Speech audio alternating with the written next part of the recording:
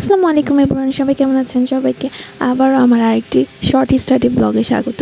তো আজকে আমি দুপুরবেলা পড়তে বসেছি। জানোই তো আমি দুপুরবেলা মেয়েকে ঘুম পাড়িয়ে পড়তে বসি।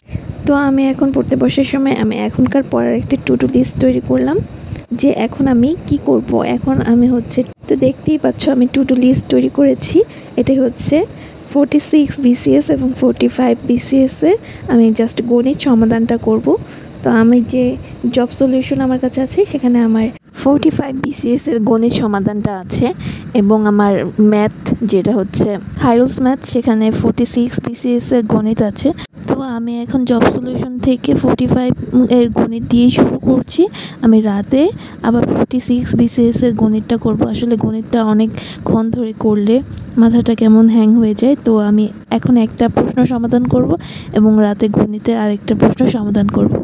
তো গণিতটা করার সময় আমি একটা ইন্টারেস্টিং বিষয় লক্ষ্য করলাম। 45 বিসিএসে বেশিরভাগ অঙ্কই হচ্ছে বীজগণিত থেকে এসেছে এবং পাটিগণিত থেকে খুবই কম।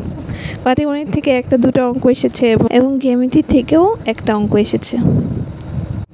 তো আমি আজকে খালি গণিত পাঠটুকু করব এবং মেন্টাল এবিলিটি আমি করব না। এখন মেন্টাল এবিলিটি আমি আলাদাভাবে নোট করব।